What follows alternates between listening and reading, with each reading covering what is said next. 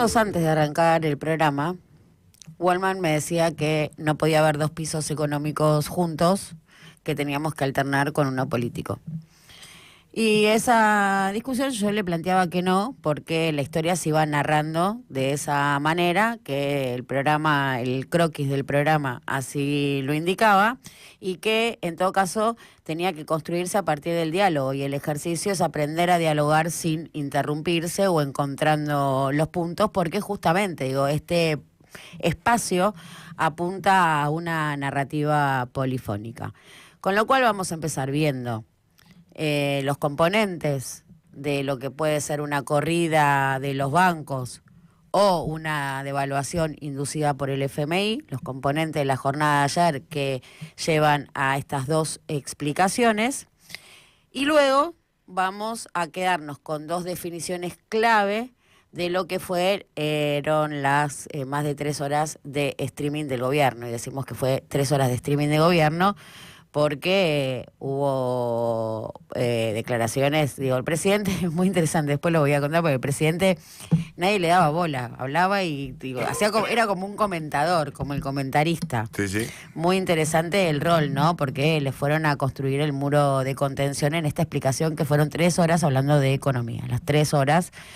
Y muy interesante, eso lo vamos a tratar después. Vayamos a estas dos explicaciones para el día de ayer, donde una fortísima suba del dólar oficial que se acercó mucho al techo de la banda, hoy por encima cerca de los 1.410 pesos, 1.380 en las pizarras de los principales bancos. Por un lado, esta explicación, ¿no?, de los 3 billones que quedaron sueltos de la licitación, que fueron a presionar a la divisa, una corrida de los bancos, este complot que denuncia Javier Milei, y hay una clave ahí que puede entenderse, que es la maximización de ganancias. El gobierno apuntaba a que los bancos con esa liquidez y ese envuelto se lo prestasen al sector privado con un margen de rentabilidad por encima de la proyección de inflación y de devaluación del 20, al 30, al 40%, y los bancos le dijeron no. ¿Por qué? Porque no le creen esas proyecciones, no confían en el modelo económico. Eso fue lo que le dijeron los bancos, no dispuestos a arriesgar, perder plata, pifiándole justamente con esas proyecciones. No, te decía que en función de lo que había pasado esta semana con tasa del 60%, tampoco era improbable, que tampoco era lógico que no fueran a prestar al mercado, ¿no? Bueno, esa es la solución que encuentran después cuando los bancos no funcionan como bancos, entonces habilitan de nuevo las ventanillas de préstamos a un día, que hay que decir, y voy a decir, ayer tocaron el 200%, la tasa de caución, 200% está la tasa de caución, que es lo que se cobra por un día. ¿Qué es la tasa de caución? Es la tasa que se cobra por préstamos a un día.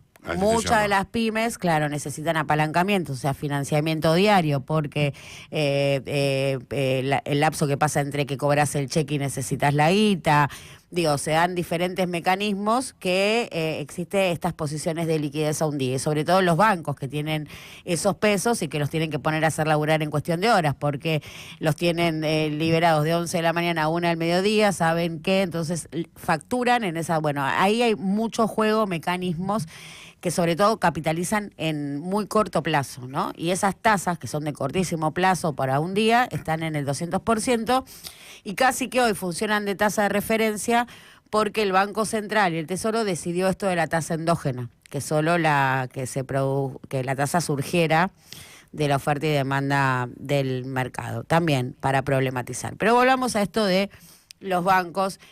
Son los que el último eslabón de esta corrida que inició Victoria Villarruel y esta teoría del complot, donde apunta contra el macro y contra el Galicia. Ayer estuve en el Banco Macro y la explicación es muy clara. Es muy clara. Yo no le puedo prestar al 30% a un cliente porque estoy arriesgando el depósito del otro cliente si en todo caso se produce una devaluación mayor al 20% o se dispara la inflación.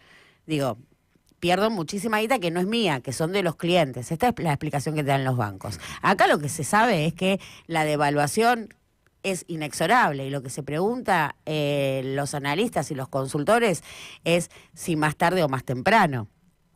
Ahí hay una sensación de que los tiempos se acortan también, ¿no? Que esto se esperaba más cerca de las elecciones y que está sucediendo mucho antes. La otra versión es que en simultáneo que una cumbre en el Banco Central ayer con todas las autoridades, donde se dice que Vladimir Bernin, que es el vicepresidente de la entidad, insistía con su renuncia y hay una bajada de línea muy fuerte política hacia dentro del gobierno, de no cambios de gabinete ni de ningún ruido hasta las elecciones, una reunión muy tensa. Estaba en paralelo la cuestión del FMI y lo que se decía es que el FMI no se iba a pronunciar hasta que no terminase la reunión del directorio del Banco Central, con lo cual esto abona la teoría de una devaluación inducida. Vamos a recordar que previo a la firma del acuerdo, por más que Caputo lo niegue, el Fondo Monetario Internacional dejó escrito, Caputo no es que lo inventaron los periodistas, dejó escrito que el tipo de cambio ideal estaba por encima del 1.400, la banda del FMI era 1.400, 1.700. Esto lo dejó escrito porque ahora Caputo dice, el FMI nos pedía una devaluación. Sí, Caputo, te pedí una devaluación y lo escribió el Fondo Monetario Internacional. Y fíjate que desde que se abrió el cepo, esto también es otro indicio que abona esa teoría, que desde que se abrió el cepo para las personas físicas, la devaluación acumulada está muy cerca de lo que te pedía el fondo. Y si el fondo no se pronunció hasta que el Banco Central no cerró esa reunión, donde lo que se determinó, y lo dijimos acá, lo que se determinó, Reberkovich lo que hice, te lo dijimos, no, cualquiera. No, bueno, porque hay alguna cosa también de cuando se cumple lo que uno más o menos ve, que determinó que la suba de encajes, o sea, plata inmovilizada, le va a inmovilizar a los bancos. Claro, sí. Desde hoy, o sea, un vueltito intervencionista, puramente intervencionista.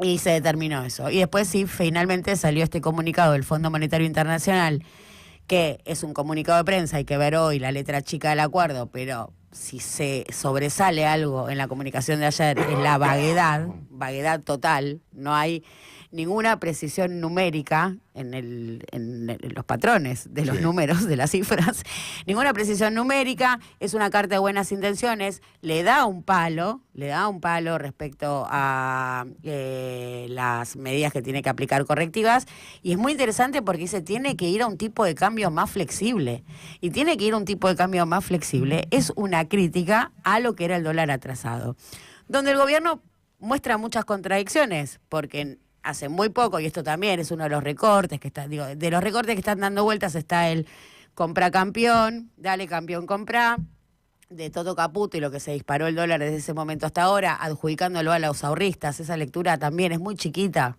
Esa comparativa es chiquita porque lo que se deduce de ahí es que comprar campeón, entonces todos los campeones salimos a comprar. No hay campeones que compren y vimos como los depósitos eran para cuentas que acreditaban más de $1 millón. Entonces esa lectura que es divertida, no. Otro de los recortes que está es el dólar PPP, ese que le dice Milei, que tiene esa sigla, dice, no, los 600 pesos que tiene que valer el dólar, es otro de los recortes que también está dando vueltas. Un gobierno que muestra muchas contradicciones, porque mientras que te decía que el dólar se iba a derrumbar, y este era formaba parte... Como un piano. Sí, ahí está, como un piano, es otro de los recortes. Dije, no hacía periodismo de recortes porque realmente no hago periodismo de recortes, sino que todo esto yo lo vi y lo acredité mientras sucedía, no es que lo volví a ver ahora. Esa contradicción con flota, porque las dos explicaciones son válidas. Vos podés creer que va a haber una enfermedad holandesa y estar convencido, o podés creer que puede flotar y acariciar el techo de la banda y va a estar bien, pero no puedes decir una u otra cuando te conviene. Ahí muestra una contradicción que por supuesto genera algún tipo también de incertidumbre. Me pareció en este sentido, en el término de las contradicciones o cómo se reflejan, tenemos ahí el titulazo de Infobae del día de ayer. Esto tiene que estar entre los mejores títulos de la historia. ¿Qué dijo el gobierno sobre el dólar? 2 puntos. Mientras la flotación se acerca al techo, en economía aseguran que se aleja el atraso cambiario. Ayer lo que más... bueno, en el chat nos reíamos de esto, pero ayer lo que más... con lo que más atacaban los miembros del gobierno y los miembros no oficiales del gobierno, aquellos periodistas que de alguna manera asumen como voceros, es acerca de los sommeliers de devaluación. Esta gente que dice, ahora ya no tienen más que hablar, ya se produjo el hecho de la devaluación, ahora ¿con qué van a venir? Bueno, esta de las versiones que abona justamente la teoría de que es una devaluación inducida por el FMI, al estar empatado el porcentaje con lo que te pedía el fondo y llevada a cabo en cuotas. Y ahí la pregunta clave es: ¿cuál es la traducción en precios que tiene esta devaluación que ya acumula cerca del 30%? Y ahí hay un debate abierto. ¿Por qué? Por ejemplo, desde la consultora Equilibra, que conduce Martín Rapetti, que voy a decir que es muy prestigioso. Martín Rapetti es un economista muy serio, con quien, bueno, por supuesto tenemos diferencias de estante de biblioteca, pero esto no significa un cuestionamiento a su honestidad intelectual y a su gran compromiso con el laburo. Y dice: no estoy detectando un pase a precios. No lo estoy detectando. Ahí el componente puede ser el nivel de actividad, no profundizamos, pero él no lo está detectando.